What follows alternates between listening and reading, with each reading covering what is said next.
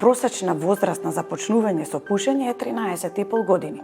Тоа е некаде 8 оделение. Така што, она што е, можеби да речам, уште поалармантно е дека овие електронски цигари и тутунските, оние што користат тутун на загревање, децата и младите ги перцепираат како нешто што е поздраво, како нешто што може да се конзумира секаде, бидејќи досега не беа офатени во законот за заштита од пушење, така што претпоставувам од тука и нивната популарност кај децата и кај младите.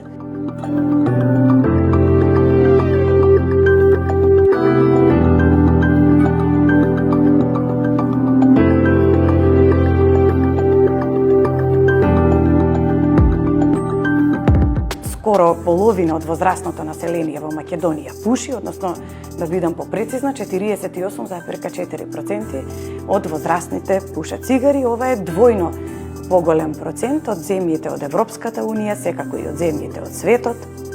Така што Македонија, за жал, во оваа област предничи.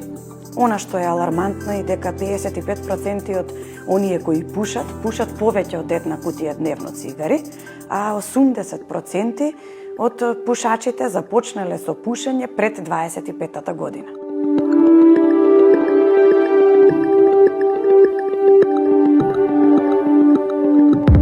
Цената на овие производи е всушност изедначена, па во конкретни случаи пониска од традиционалните цигари. Овие производи не се изедначени во даночната политика со традиционалните, што значи тоа дека акцизата на производиве на електронските и на овие што користат тутун на загревање е 2,5 пати пониска од акцизата на традиционалните цигари. Односно, добиваат нефер третман во даночната регулатива и затоа се и лесно достапни.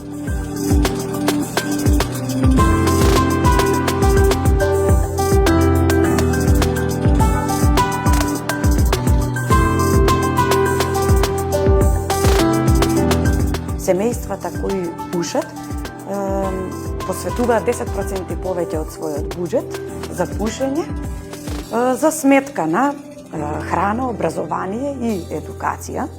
Понатаму семејствата со ниски примања, со низок доход, користат 10% повеќе од својот буџет за пушење, што дополнително ги вметнува овие семејства во сиромаштија и едноставно кажано кратат на потреби за храна, едукација и здравство.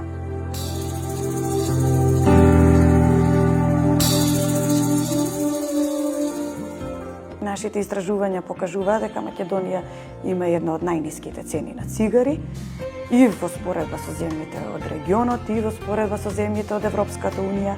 Втора причина е дека се многу достапни и парично и локациски достапни. Нито значи тоа дека цената на цигарите не се зголемува во ист процент со растот на платите годишниот, со растот на инфлацијата, затоа луѓето може да си ги дозволат.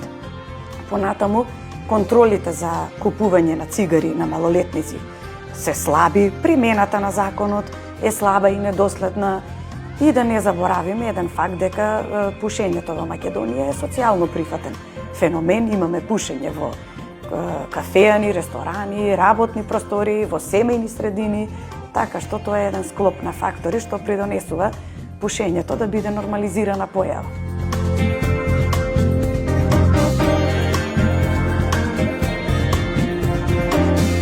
Законот и сега забранува продажба формално на малолетници, на лица под 18 години, и сега стои забраната за пушење, меѓутоа не постојат контроли на терен, претпоставувам. Она што е ново со законот, за прв пат се воведуваат во забраната и новите никотински производи, електронските цигари и оние што користат тутун на загревање. Значи, тие ќе бидат забранети за користење во затворени и работни простори.